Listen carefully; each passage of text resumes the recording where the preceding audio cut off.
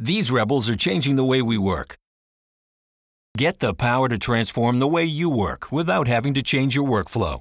Now all the insights you need are only one click away with Lexis for Microsoft Office. Maven, Your Way to Success. Collaboration is the New Normal by Paul Lippe. Paul, GC, entrepreneur, crew, Yale, Harvard, 4 kids. I think I'm on the wireless. There we go. Hi, can you guys hear me okay? So I'm taking tips from a number of the previous speakers. I'm trying to engage the audience. And I didn't realize this, we are exactly 18 seconds a slide. So are we moving? All right, we're not moving too quickly here. You said this first slide was a dead slide. All right, come on. So here's a question, and it's quite noisy, and people are in the back wondering what they're doing here, but everybody's got to try to answer the question. It's a shout out. Name a comprehensive information resource written by random people and commentators all over the country. The #1 contributor was condemned as insane, and it's only available online. You got to yell. I can't hear. It's hard to hear. Wikipedia? So Wikipedia is the correct wrong answer. The actual answer, which we've fast-forwarded through, is the Oxford English Dictionary. So it turns out most complex knowledge was created socially, created collaboratively. Here's the next question. Is this glass half empty or half full? Half empty? Half full. Interesting. Well, and is this glass half empty or half full? Half empty? Half full. Right, so 2 observations. One, even the first glass most people thought was half full, which belies the notion that lawyers are inherently pessimistic that people like to propagate. And second, the second glass obviously was in a state of change. Okay, this is the slide I wanted to spend more time on, but we won't.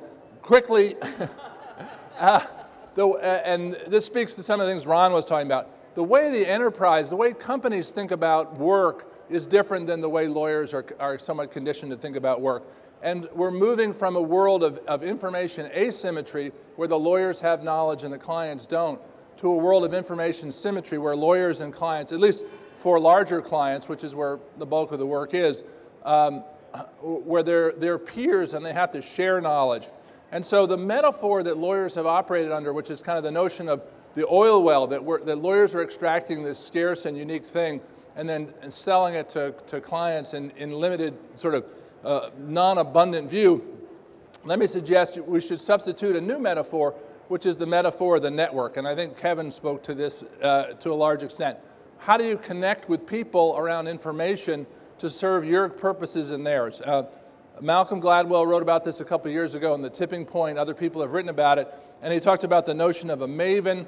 A maven is someone who has disproportionate influence and connects people around information. And I suggest to you, if you look at the 100 lawyers you admire the most over the last 100 years, most of them were mavens. Most of them were people who could connect with clients, connect people to each other, be that chairman of the Rotary that we heard about.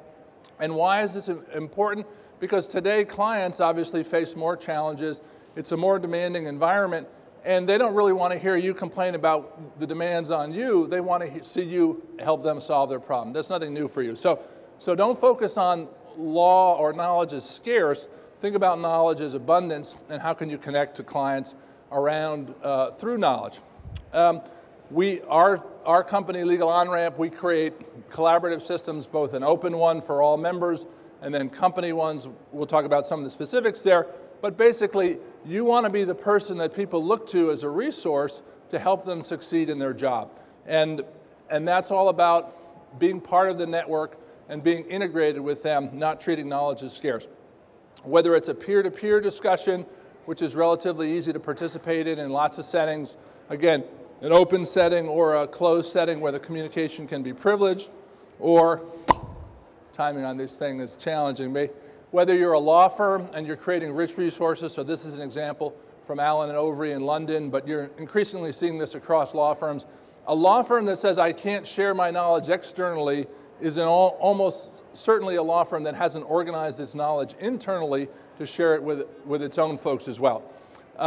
We have, in our system, we have a sort of a legal Wikipedia, so we have thousands and thousands of frequently asked questions authored by different lawyers from different firms. And ultimately, all that baseline knowledge will be available for free across, certainly within the in-house world, it will be available for free. Whether it will be available to non-lawyers, interesting question. The profile, the notion of a profile, which is something that some lawyers are sort of afraid of because they have this sort of Facebook, Facebook's this scary thing. Get over that. Most lawyers obviously have had profiles on Martindale-Hubbell for a long time. They have profiles on the web. This is just a slightly new way of having a profile. Twitter, again, some lawyers sort of don't get what it is or are afraid of it, and Twitter can be silly for some things, but you can use tools like ours or other people's to sort of define who's the universe of people that you want to follow on a daily basis, and they can keep up with what you're saying. If you've got a baseline question, you can share it with a community of practice, community of folks you know. It can be privileged, can be non-privileged. That's up to you. It depends on the setting in which you pose the question. They said the timing on this was tough. I guess I should have practiced more. Sorry, I should have said practice being a Maven your way to success.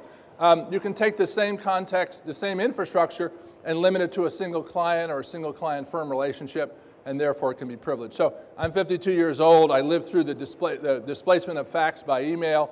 Now we're going to live through the displacement of email by Web 2.0, what some people would call social media. Lots of ways that you can structure legal work better.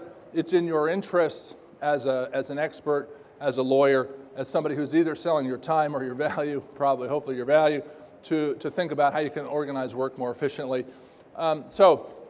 Collaboration is what lawyers have always done. There's nothing novel in any of this stuff. There's nothing scary. It's just the wheel turns, and in some sense we're back to Abe Lincoln style of practice, perhaps. But I would suggest to you that collaboration is a new platform for law. Don't think of your expertise as scarce. Think of it as abundant. And as Kevin said, how can you foster the most relationships possible?